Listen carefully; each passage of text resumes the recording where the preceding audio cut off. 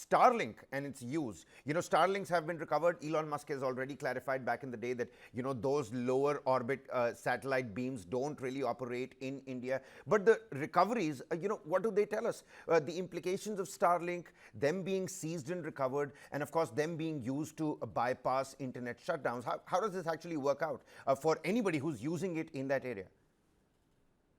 Okay, let me try and sort of put it in perspective. Hmm. What does a complete Starlink satellite internet kit really consist of? Hmm. You can see there, it's written there, once you show that photograph, there's a dish antenna. It Right. could be flat, round, or rectangular. This is the antenna that actually communicates directly with the satellite, the Starlink satellites, which, as you say, are low orbit satellites. All these satellite dishes are equipped with motors for automatic alignment with the satellites. Hmm. So it goes a little further. You don't have to do it yourself. There's an automatic alignment. The moment the power is switched on, there's an automatic alignment. The third is the issue is that you've seen how lightweight and portable this is, so that this can be moved to Hmm. remote locations. There is also a Wi-Fi router that provides internet community connectivity to the devices within the area via a Wi-Fi network that is set up from the satellites. It acts as a bridge between the satellite signal received from the satellite dish and the local devices. The main thing about portability here is the issue of a power supply unit. The idea that the insurgent groups have been able to get it means that they have a power supply group, a Hmm. power supply system that is also remote. This requires stable power supply, but this can also be connected to portable power systems. So this is an extremely, useful thing to have because by connecting to the internet, they have been able to bypass all state control processes. Hmm. Hmm. And how does that help? With the idea that it can be set up, aligned, and managed, it provides diagnostics, signal strength, and troubleshooting support. Now, how can they use it? Moment they have this power supply or battery packs, they have signal boosters to extend the Wi-Fi range, and they have encrypted devices that actually prevent us from interfering in any Hmm. kind of Hmm. communication that So, we have. General, You know we're basically looking at, latency is better. You've got better connectivity. It's a rudimentary, absolutely setup. You can put this setup, in very places where easy, you wouldn't very easy. normally. Exactly. But where does the security implication comes from? Where does the security concern come now? The fact that it is cannot be jammed by us, the Hmm. fact that it bypasses all our security capabilities at the present moment. So, and the third issue is that it can actually potentially be used to control drones, both commercial and military grade. That's an important thing because of the low latency. It offers low latency internet. It enables real time command and control of these drones. And these drones can't be interfered with because they're being controlled by a system that we can't actually jam. And this is critical for precise navigation, targeting, and surveillance of any place.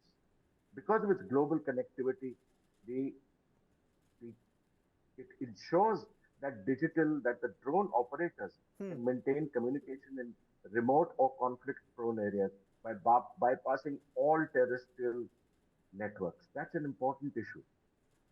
That this introduction of the Starlink actually has created a situation which is extremely dangerous Hmm. for our Hmm. systems. Hmm. We can no longer interfere. We can no longer come into a point at which we can say this, okay, this is happening. Let's use this particular process to stop this from happening. We can't interfere anymore because the connectivity is through a satellite which we can't at the moment jam. So So it in bypasses international everything. reports telling us And that Starlink is being used, but according to Elon Musk, those beams are not operational in India. It's not even working in Myanmar. But of course, we know that there is a porous border on the other side. I mean, there is so much gray area still here vis-a-vis the Starlink and the kind of security implications it puts through.